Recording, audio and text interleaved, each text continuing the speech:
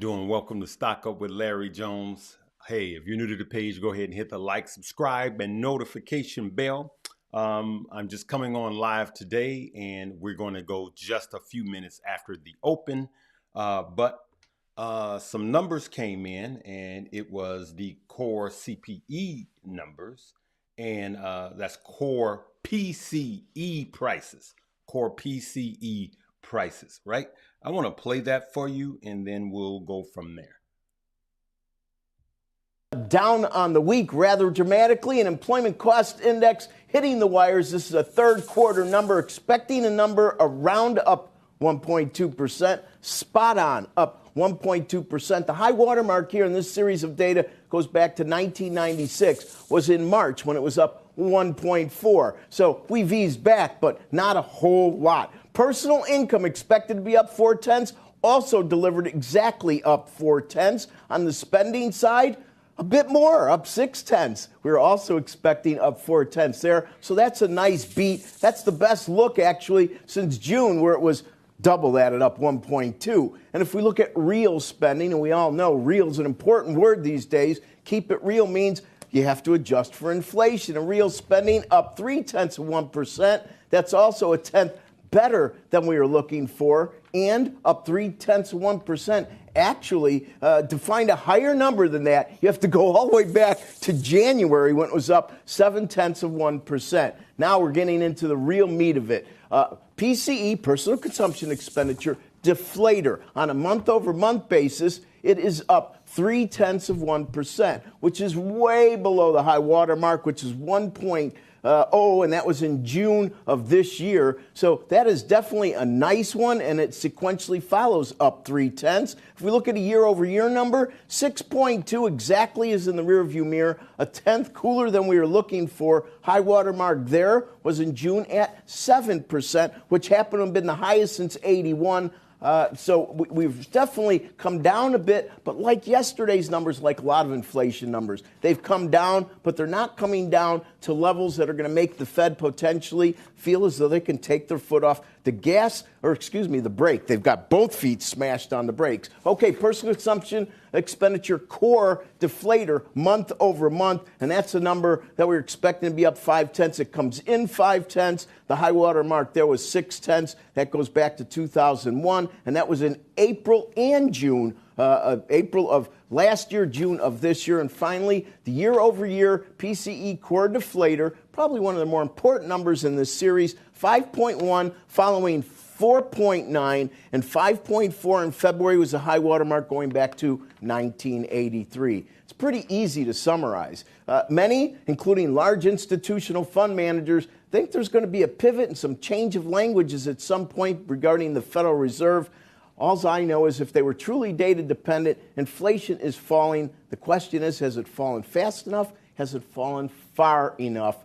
Look at a 2-year note, 434 now. It closed at 447 last week. And if you look at a 10, Joe, we're under 4%. 397, it closed at 422 last week. Back to you. Yep. For Halloween, nothing, that sums it up. Nothing real. Yep. So, it's actually good. The core CPE, personal income is up. Spending is up. Let's see how things are doing. On yesterday, I said I would have done a put on Apple and then turn around and did a call. Let's see what they're talking about. Let's get this up and going as we come into the open, and we will discuss from there. The Dow is already up, and let's go right into the open. I'm sorry, good people. I'm just trying to get this going. All right, there we go. There we go. Let's see here. Boom. As we can see, Dow is up nice and green. We got 39 seconds. Let's just listen to what they got to say. In my pillow with my lovey blanket. I need something in my lovey blanket now that some other things have been taken away. Their target's 45.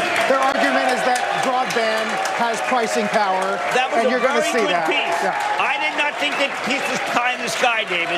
The broadband pricing power? Yeah. What do you think of that? I don't know. It's pretty competitive out there. We'll see. T-Mobile comes in at a lower price. We can get it. I mean, I got to tell you, if I were Verizon right now, I'd be shaking in my boots. That's how strong Stever's numbers were for T-Mobile. If you are Verizon, Jim, you've got a market cap that's $25 billion below T-Mobile's.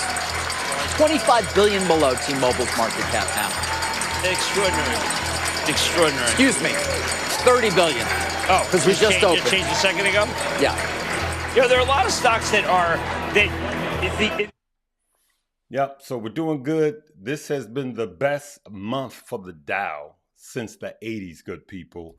I mean, that's just outstanding. Let's see how the indices are doing. Let me pull that up. And let's see here. Let's see how things are doing. Okay. All right. Here we go. All right, we got the S&P. Well, we're just opening up. Let's see if I can get. There we go. Let's look at the Dow and the NASDAQ. There we go.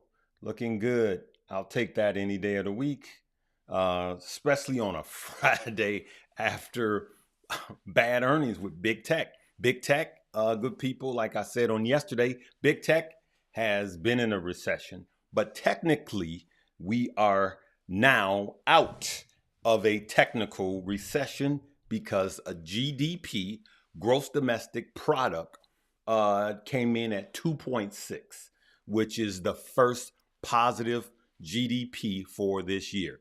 For those of you that don't know, GDP stands for gross domestic product, okay? It measures how much we're manufacturing and spending. It's how much, like it says, the gross domestic product, all right? And so I want you guys to Google it and just get a better snapshot.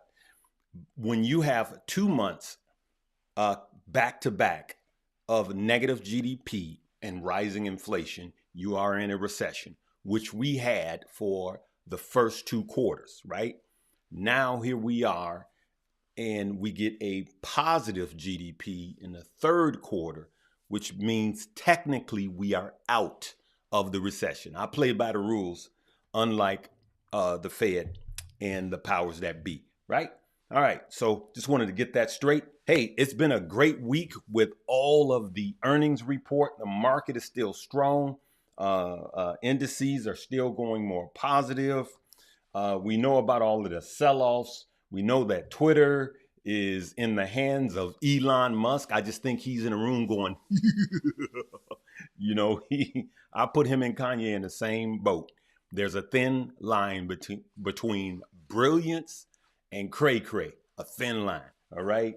So that's what I wanted to talk about. Let's see here. Let's look at what happened to Apple. And let's look at what happened to, wow, Apple is up. Yeah, this is what I was talking about. Look at that, good people. Apple is up today. A little bit. But that's it. Hey, let's answer a few questions. Where we at? We're at 8 minutes. I'm going to close this out at 10. Trump bring back jobs. Man, I'm going to be honest with you. I'm an independent. I just think that the best person to lead this country does not want the job. I wouldn't want it either. The best person to lead this country, I personally don't believe that person has been president yet. There's a lot of presidents that did a lot of things right. There's a lot of presidents that did a lot of things wrong. That's why I'm an independent. I want the best person for the job. All right. What's going on? Hey, Mommy Trader, how you doing? How you doing, niece? All right, Mommy Trader, y'all. I'm going to just keep saying it. She's an example. Go to her page, Mommy Trader. Started at 32 and decided to get this thing right, and now has over $1 million in her portfolio at 38, right? Got an eviction notice at 32 and didn't have enough money to pay a $800 rent. Her and her husband, both working, because they were misallocating their money. And then 6 years later, when they get a made up mind, they now have over $1 million in their portfolio. That's Mommy Trader, you guys. You guys go check her page out. And we're going to have her on live. I broadcasted her before. I recorded her before. But we want to bring her back and have her live so you guys can ask some questions, because she is an example of changing your mind, change your world, right? Is Google a good buy? I don't care what the pundits say, all of this. I'm going to have Google. I'm going to give some Google stock to my grandchildren. To me, absolutely yes. But it's a long-term hold. It's an investment. I would continue to invest in Google for over a minimum of over the next 7 years. I believe your payout will be good. Same thing for Amazon. Same thing for Apple. Same thing for Microsoft, right? The only thing I'm not touching, and I've been telling you guys, is Facebook, Meta, because they have abandoned their core values. They've abandoned what the platform was made of or made for, and they're going down the wrong road. They're going to have massive losses quarter after quarter after quarter. It's just crazy. They're already telling you how many billions of dollars they're going to be losing because of the money that they're spending on the metaverse. Too early, too aggressive, too quick, and who want to walk around with these big goggles on. I believe in a metaverse, but not the way that Facebook or Meta is doing it, okay? Nobody wants to. It looks like they're in an office meeting. It's just, anyway. Yep.